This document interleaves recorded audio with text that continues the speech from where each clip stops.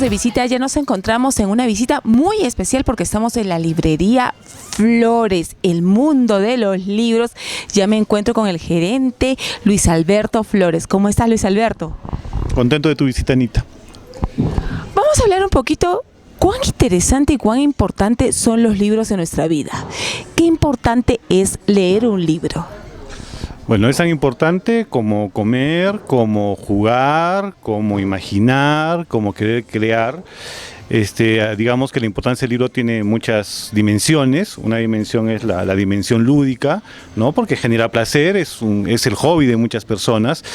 También tiene una dimensión a nivel educativo, obviamente. En la era de la información, pues a pesar del internet y de toda la información que está al alcance de la mano más que nunca, el libro sigue siendo la fuente principal de contenidos. También es una herramienta que el cerebro tiene para poder generar imaginación. Cuando tú lees tienes que imaginar lo que vas leyendo.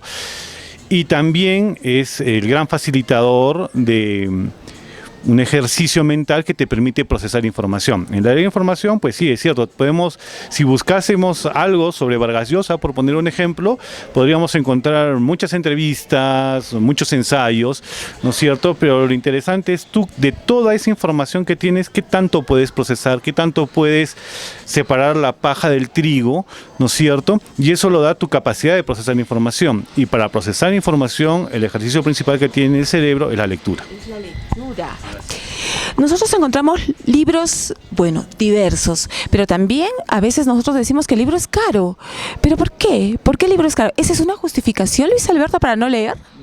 Pues no, definitivamente no. Digamos que el tema del precio en cualquier área tiene que ver con los hábitos de consumo, ¿no es cierto? Es decir, si yo, por ejemplo, estoy acostumbrado a jugar fútbol, unos chimpunes, así me cuesten 1000 soles, me van a parecer poco porque es algo que uso diariamente, ¿no es cierto? La gente que está acostumbrada a leer, pues el tema del precio no es una justificación para dejar de leer a tu autor favorito, dejar de seguir tu saga favorita, dejar de comprar ese libro, esa herramienta que tú necesitas, por ejemplo, para hacer coaching que está tan de moda, para darle fuerza a tu emprendimiento, para capacitarte, para educar a tus hijos.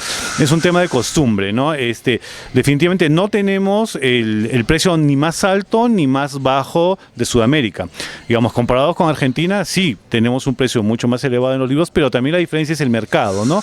Solamente en Buenos Aires tenemos más de 2000 librerías, entonces podemos entender la cantidad de libros que se consumen en Buenos Aires, ¿no es cierto? Comparados con Chile, nuestros precios son mucho más baratos. Entonces el tema del precio tiene que ver con cuánto leemos. Si no estoy acostumbrado a leer, pues seguramente si me topo con un libro de 70 soles me puede parecer un poco excesivo. Si soy un lector ávido, pues me parece un precio razonable. Bien, ¿tú crees, Luis Alberto, que el libro ha sido desplazado por la tecnología? ¿Que los chicos ya no leen, que buscan los resúmenes en el rincón del vago? Bueno, si es que lo que tú tienes que hacer es una tarea, seguramente hay un mercado que se dirige directamente a los resúmenes.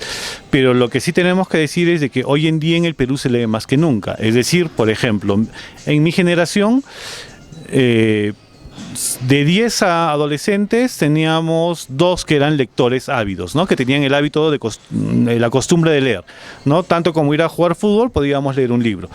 En las generaciones de ahora no son 2, son 5. Entonces se lee mucho más de lo que se leía antes. Pero no solamente se lee mucho más, sino se lee más y mejor.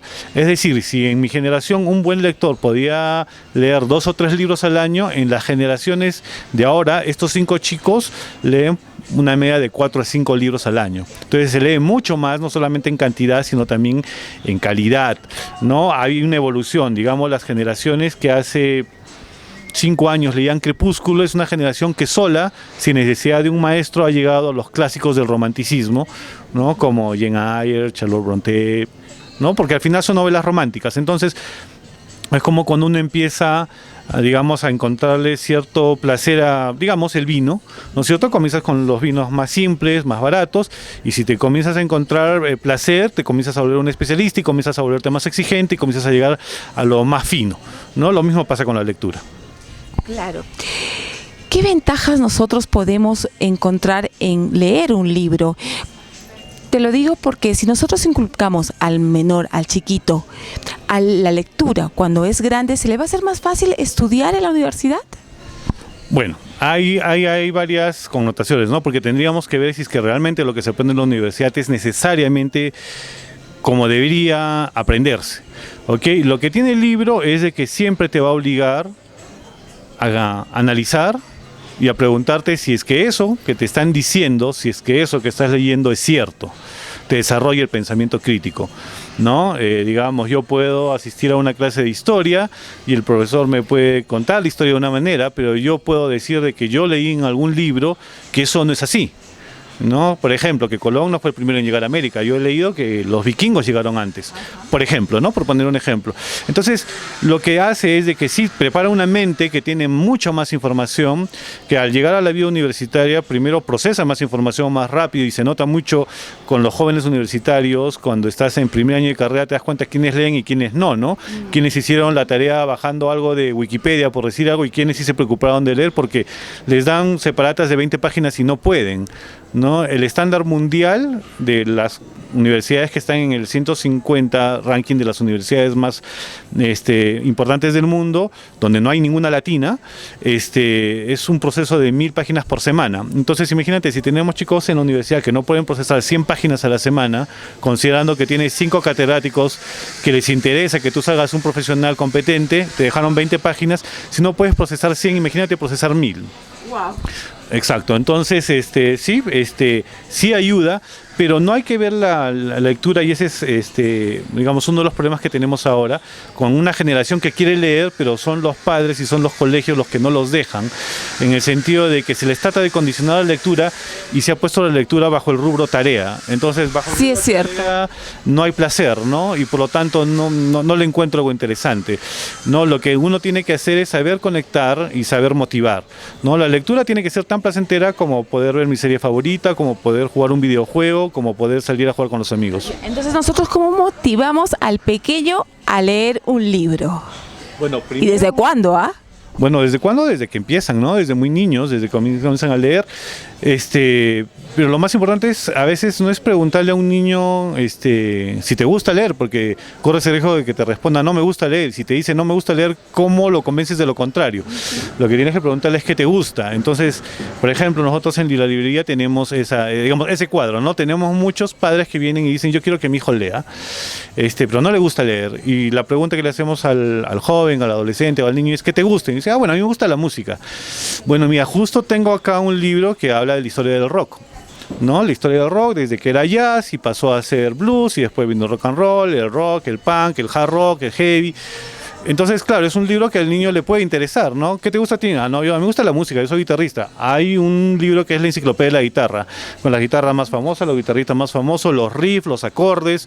Entonces, lo que tenemos que conseguir es que la persona, el prospecto del lector, deje lo que está haciendo, vaya, saque solito su libro y se ponga a leer. Claro. Entonces, sobre eso hay muchos temas, ¿no? A veces los papás dicen, yo quisiera que mi hijo lea esto, ¿no es cierto? Que nosotros queremos, pero no se trata de eso. Exacto, y no se trata de eso, no es como la comida cuando uno le hacen asco, ¿no? Entonces, oye, que al niño no le gusta la quinoa, bueno, tienes que aprender a cocinarla de una manera que le pueda gustar, ¿no? Poco a poco. Luis Alberto, dime dónde se encuentran las librerías Flores para los amigos, amantes de la lectura, y los que también quieren empezar a leer un buen libro tienen que venir a Librería Flores. Estamos en la Galería Jamesa, ingresando por Mercaderes, somos la primera tienda a la derecha, los esperamos de lunes a sábado. Más que librería, tratamos de ser asesores de lectura. Nosotros creemos que cada libro es una herramienta, lo importante es para qué quieres la herramienta, ¿no es cierto? Hay gente que, por ejemplo, quiere un libro para emprendimiento, pero ¿qué necesitas? ¿Necesitas manejo de personal? ¿Necesitas un modelo de negocio? ¿Necesitas mejorar lo que es ventas? Cada libro tiene un propósito y hay que verla siempre de esa manera, ¿no? A veces las personas no saben lo que necesitan, solo me hablaron de un libro y me dijeron que es bueno, pero ¿cuál es? Ahí es donde entramos nosotros, ¿no? ¿Qué es lo que quieres? ¿Qué es lo que quieres? Quiero que mi hijo sea más ordenado. Bueno, hay libros para eso, pero ¿quieres que sea más ordenado o que sea más responsable? Entonces ahí comenzamos un diálogo que nos lleva a buenos puertos. Bien, muchísimas gracias Luis Alberto por esta linda visita. Nosotros, amigos, seguimos después de esta pausa.